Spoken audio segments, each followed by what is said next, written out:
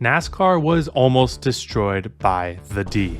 It's no secret that NASCAR's popularity has declined in the past 2 decades, and while there has been a mini resurgence recently, a lot of people are quick to blame many things that NASCAR does as a sort of self-sabotage that caused the issue. Many people are quick to point out the lack of personality from drivers, a stupid point system, and also an underpowered car. But what if I told you all of these were just a symptom of a bigger problem that has been self-sabotaging NASCAR for the better part of 4 decades? And that problem is the tracks themselves, but more specifically D-shaped ovals. So first, let's go over what a D-shaped oval is and how it has molded NASCAR and set itself up for failure, and how NASCAR is fighting against this in the current era. My definition of a D-shaped oval is an oval that can be mirrored from left to right and has corners that do not equal up to 180 degrees of turning.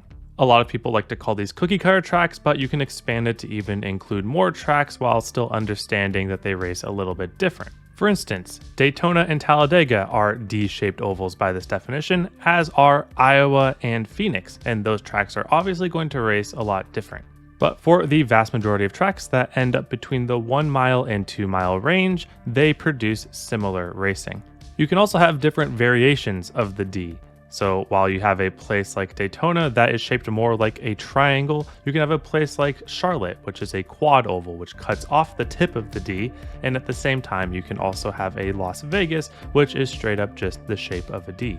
And while size matters, the shape itself does not matter as much, because the angle of the corners are going to be the same regardless of what is done in the tri-oval or quad oval. The first D-shaped oval was, unsurprisingly, Daytona International Speedway, which ran its first race on this configuration in 1959. This track was designed by Bill France Sr., who owned NASCAR at the time, along with design from another person whose name was Charles Moneypenny. And as the name of his partner would suggest, Bill France Sr. was interested in promoting NASCAR and putting on the best show. This led to a revolutionary D-shaped design in the track, which allowed fans to view the start-finish line no matter where they sat on the front stretch, while also allowing for more seating in general to be able to get a view of the track. Having a slightly longer front stretch because of the change in distance with the tri-oval meant that you could fit more seats in, and all of those seats would be able to watch the racing. This was an extremely novel concept at the time, as the majority of tracks were built symmetrically from the left and right and the top and bottom, with only exceptions being made for tracks that had to have certain building restrictions. But that vision paid off, because the first race at Daytona got over 40,000 spectators to attend and caught the eye of one Bruton Smith, who many NASCAR fans might know as the owner of SMI, who recently passed in 2022.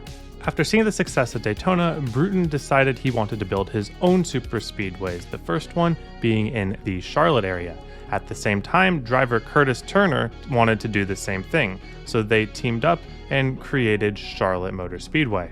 And while Charlotte was a quad oval, it provided the same thing that a D-shaped oval would for that type of racing, with extra stands on the sides of the quad oval and being able to view the entire front stretch. I also saw this Reddit comment that said that these tracks are made to lure IndyCar to race there alongside NASCAR, but take that with a grain of salt. I didn't find any sources for it.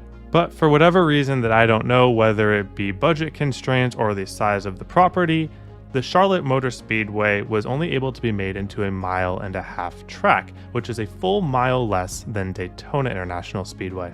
So by the time the first World 600 was run, fans were treated to a brand new type of racing on a quad oval.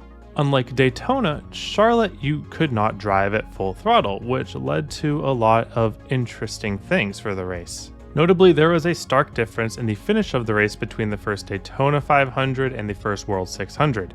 With the Daytona 500, Richard Petty won in a photo finish that took 3 days to decide who won, while on the other hand, in the World 600, Joe Lee Johnson won by 4 laps. This was probably an omen of what was to come with this style of racing. As NASCAR saw an emergence in the 1960s, so did the construction of these D-shaped ovals. By 1980, 12 of the 32 races were run on a type of D-shaped oval, with 4 of those being on super speedways, and 8 of those being on the traditional 1.5 type. To put that into perspective, that is the exact same amount of races run on short ovals with even corners. The last 8 races run in the season were run between weird types of tracks, whether it be road courses, Pocono the tricky triangle, Darlington the egg shape, or Atlanta, which was a even intermediate oval at the time. But as NASCAR roared into the 90s, gaining more and more popularity, these type of tracks, the D-shaped ovals, started to take over due to its mix of high capacity and fast top speeds. Existing tracks on the schedule like Ontario were regionally replaced by a D-shaped oval like Auto Club, as well as current even intermediate ovals such as Richmond and Atlanta were reconfigured into a D-shape. Fast forward a couple decades of rising and falling and questionable decisions later, NASCAR had 23 D-shaped ovals on the 2011 schedule.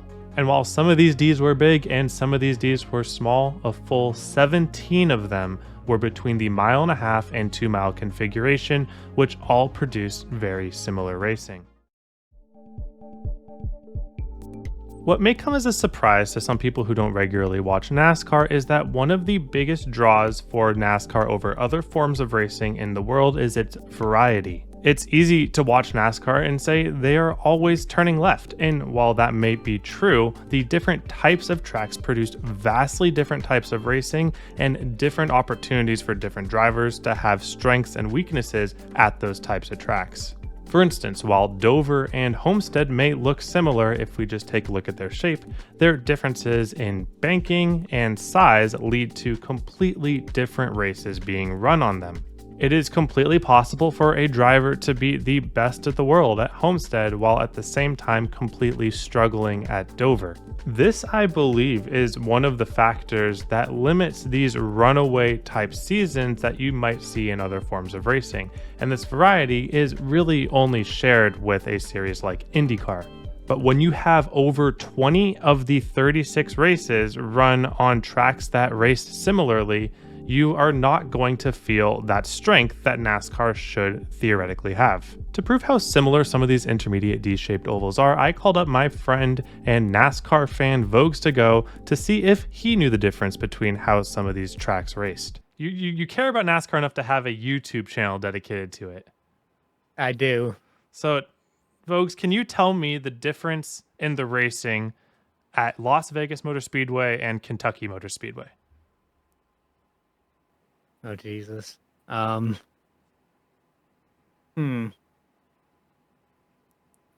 But why does this D-shaped oval specifically make for generally worse racing than an even oval?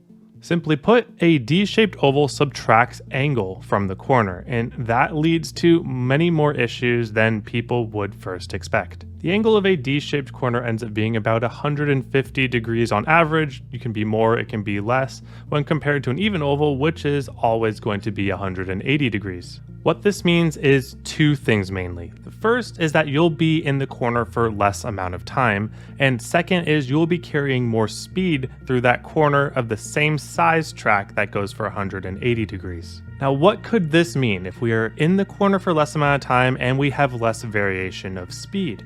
Well, generally that means it is going to be harder to pass the car in front of you. Not just because of the shape of the corner, but because it'll be easier to drive that corner closer to optimal. This also means that because of the higher speeds, the car's setup and aerodynamic capabilities become much more important. Unlike a place like Daytona where everyone's flat out and in a draft pack, that is not always the case for 1.5 miles. And on short tracks with low aerodynamic dependency, a non-optimal setup can be driven fast by a skillful driver. So you can get double whammied with that. While it could be hard to pass cars that you're even with, you can also have the capability of having a car that can just outclass everyone else. And this is an issue that NASCAR has been trying to fight in multiple ways over the past 25 years. I don't need to tell you again and again what NASCAR has done to the series. They've made the chase, then they changed the car to have more downforce, then they made the cars have less horsepower, then they made the playoffs. All of these things that NASCAR did was to create more excitement which had been lacking because of the quality of the tracks themselves. They went as far into the end of the Gen 6 era to make a car that basically artificially could create close racing due to a heavy draft. Not to mention detuning the engine so that you could get less and less of an advantage by driving these fast, high momentum tracks. But the one thing that NASCAR has been doing that has been making me very optimistic about the future of NASCAR is getting back into their variety bag. NASCAR is down to 17 D-shaped ovals on the 36 race schedule, with of course many of them being these super speedways, 6 of them in fact.